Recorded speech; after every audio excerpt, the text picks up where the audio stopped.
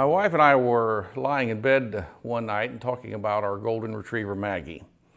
And Maggie is kind of an unusual dog, I guess, in some ways, in that she swims all day long and it seems to be very happy. And that night she had come to bed and climbing up the stairs, she had this limp about her. And so we were lying in bed talking about how she was limping. And then we started talking about how she smelled. My wife thought she had this odor that we couldn't get rid of, and that was a concern. And then she brought up that in the morning, she thought it was odd that Maggie didn't want to get up and go outside. Our black lab, he's willing to get up and runs outside. Maggie wanted to linger and stay by the bed. And so one thing led to another, and one circumstance to another circumstance, hypothetical thought to hypothetical thought. And before I knew it, I was lying in bed thinking about, Maggie having cancer. That the smell was from cancer, and the cancer had gone into the bones of her body, and that's the reason that she was limping. And so all night I struggled with this and thinking about how bad it would be if I had to put my beloved dog down. And so first thing in the morning I got up and I called the vet, and the vet said I could bring her right over. I rushed her over and left her with the vet and explained to her that she had smelled bad, that she was limping, that she didn't want to get up in the mornings. And throughout that day, I called him, and finally, he was able to answer and say, well, I just finished up with Maggie. And so I braced myself for the bad news, and the vet said, well, she's fine. And I said, really? And he said, yeah, I think she's fine. And I said to him, well, what about, this, she doesn't want to get up in the morning and go outside. He said, well, it's pretty hot. It's summertime here in Florida.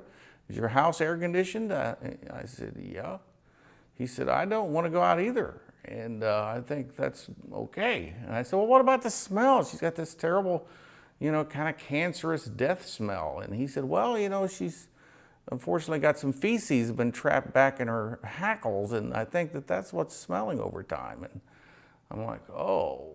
So now I'm beginning to get that stupid feeling, coming over me, and I'm starting to monitor my words a little bit. And I was like, well, did you do a blood test? And he said, well, no, we did a blood test recently. She was spaded, and we did a blood test. I think she's fine. And so I said, well, if you think she's going to be okay, okay. And so later on, I picked her up, and when I got there, she bounded out of one of the back rooms, no limp, no nothing, and was as happy as a clam. So promising the staff that I would do a better job grooming her, I took Maggie home. Now that night I wasted and went through a lot of emotional strife from worry. And worry is something that we all face in life. In fact, it can be something very destructive in our lives. In Matthew chapter 6, Jesus talks about this issue of worry and how we should deal with it in our daily life. In verse 25, he says, therefore I tell you, do not worry about your life, what you will eat or drink, or about your body, what you will wear. Is not life more important than food, and the body more important than clothes? Probably one of the greatest indicators of our faith is worry. If we worry, it really reflects that we don't have a depth of belief in God. If you're concerned about what's going to happen tomorrow, will I have enough food? Will I have a car? Will I break down? Will I lose my job? What will the price of gas be? At some point we have to be able to say, this is worry, this is wrong, this is draining life out of me. And instead, as children of God, we choose to believe, to have faith, to lay aside worry. Well, Maggie continues to be fine. The night I spent in the terrors of the deep, the dark abyss of presumed cancer and assisted suicide for her, was wasted.